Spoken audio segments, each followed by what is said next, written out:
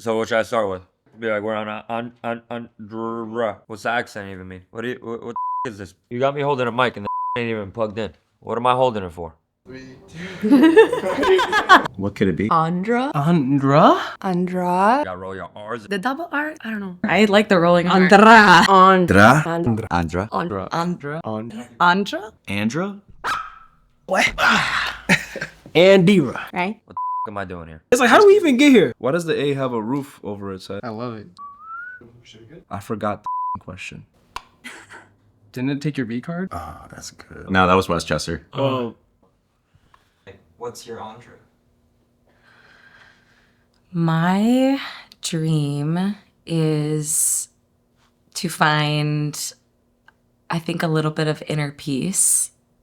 And I think I'm really hard on myself. I feel like this is a theme, low confidence sometimes. And so I want to find that inner peace and purpose in New York. I feel like I'm always chasing for a purpose. And I've come to realize that I don't think it's going to be an end goal. I think it's going to be more about the journey to get there and the people I meet along the way and the information and stuff that I absorb. I think it really depends on how you define it, right? Like āndrra equals probably dream, right? And how do you define what a dream is? Is that an achievement? Is that an objective? Is that a destination? Is that a mindset? Is that an outcome? Make my parents proud, make my parents happy because they did so much for me growing up. They put me in a position to do better. What the is going on here, honestly? What's my āndrra? My āndrra is independence and freedom. Make money. That's the dream. I think slowing down, honestly. I am from Ethiopia, so one of the things I've always wanted to do is to be able to bring, the dance music scene and the culture, house, techno, back home. In Africa, at least, on the east side of Africa, it's really not that big yet. Being a father is the biggest accomplishment you could ever have. It's a feeling that's indescribable.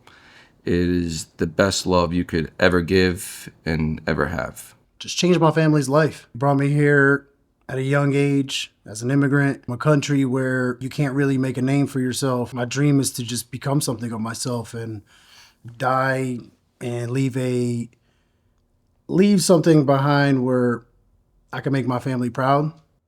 Get money. I would say the dream hasn't changed, but more it's grown as time has gone on.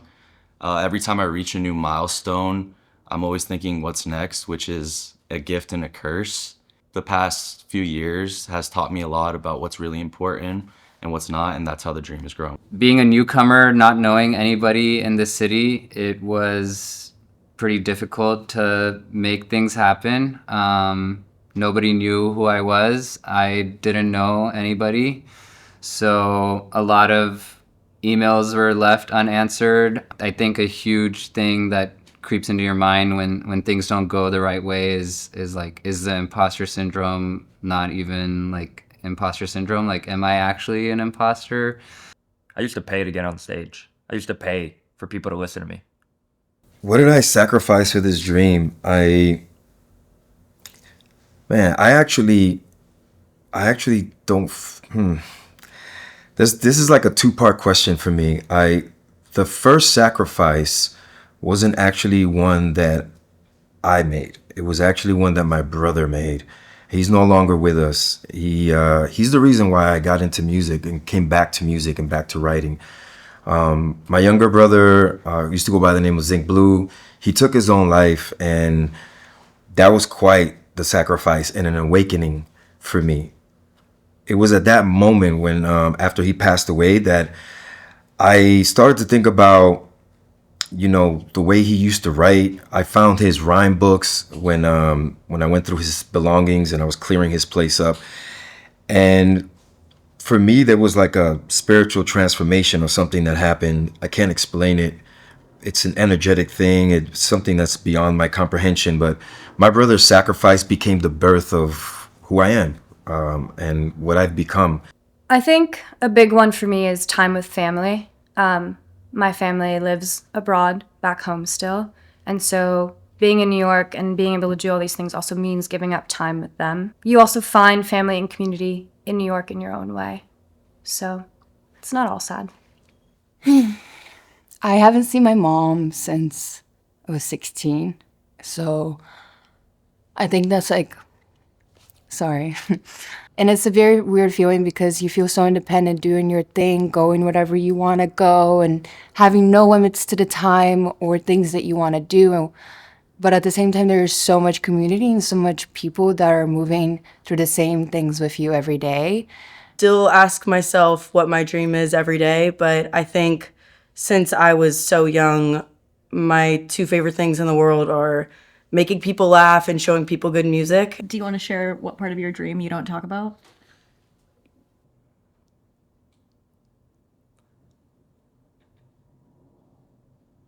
That's it right there. That little silence, that moment, that's the part of my dream I don't talk about, the part that there's no words for. I feel like the thing that I don't talk about is I feel like I have such a deep-rooted fear of failure. I think a lot of people do because I'm always thinking about the what-ifs behind the scenes.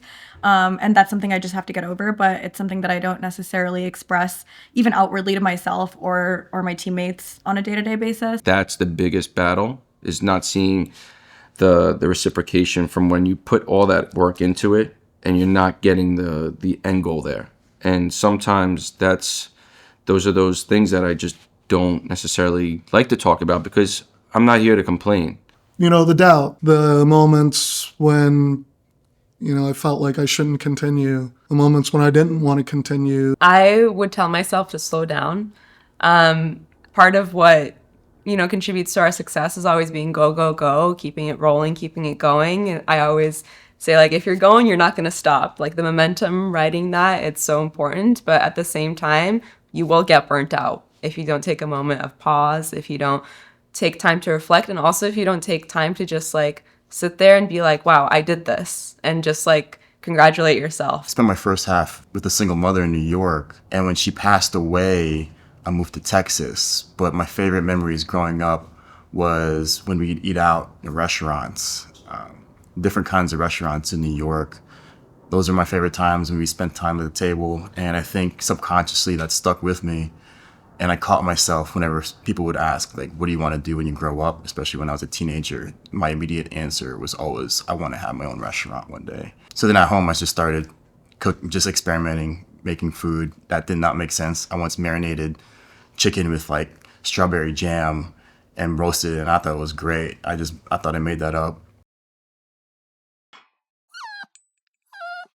I've been doing hair for over 20 years. So it's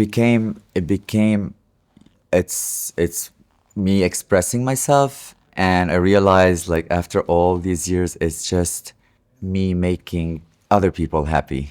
It's like giving them happiness through a hair or new style, new colors. It is a lonely process because everybody everybody's there for when, you know, the lights are on, but then when you're at the studio, you're just grinding out, you're just there trying to figure out how to do this, or how to do chords, or how to make the beat, write the song, or whatever it is. I think the part of my āndrra that I don't necessarily talk about is because my parents are immigrants and they came from Poland, and you know, they had a hard life. They came from nothing. And I ultimately, like, at the end of the day, my parents came here for the American dream. And so, like, I think what drives me all the time behind the scenes is really, like, fulfilling that dream for them. And so that's really what drives me, I think. Like, that is the reason I am who I am. It's because of them. I have no money. I have no money. I don't even know why the fuck I'm here. That you guys aren't even paying me. Yeah, we came here for modeling, and yeah, I mean, and then also, like, don't get me wrong, like, I'm so blessed and so grateful, you know, with all the things that we have done modeling, but it's a completely different experience, like sharing something you've made, like music, with someone rather than being a hanger, I guess you could say, or like, you know, it's very completely different worlds, and one is obviously way more fulfilling, at least for us, than the other. Yeah, I mean, and also, like, you know, no offense to modeling. Modeling is an art, but people are born beautiful. You know, like, in order to be good on you know, whether you're producing or like DJing, you gotta work hard for that. You gotta work hard to have a song on the radio or be on TV and working with some really cool people. The childhood version of me would be happy with that. So And for my dad, who's no longer here but was able to see that, I'm at least proud that he was able to see that. And I'm currently proud of myself for not stopping or letting anything else dictate why I shouldn't keep going. So the need for you to create something successful will drown the love for the game and the creativity behind the mission of why you started something. Remember your purpose and don't lose sight of it. You will be glad that you showed up every day Crave Japan like a white man craves Japan. and then moved to Japan and trained for as a samurai for like a couple months in the mountains. Make money. That's the dream. It's not about the art anymore. Nobody cares about the art. This is all bullshit. Nobody gives a fuck. If you don't have money, nobody respects you. Cool, you could be creative and come up with ideas that nobody's ever come up with before, but at the end of the day, once you do it, it's over. You're on to the next one. You just gotta have money. Do you agree on that?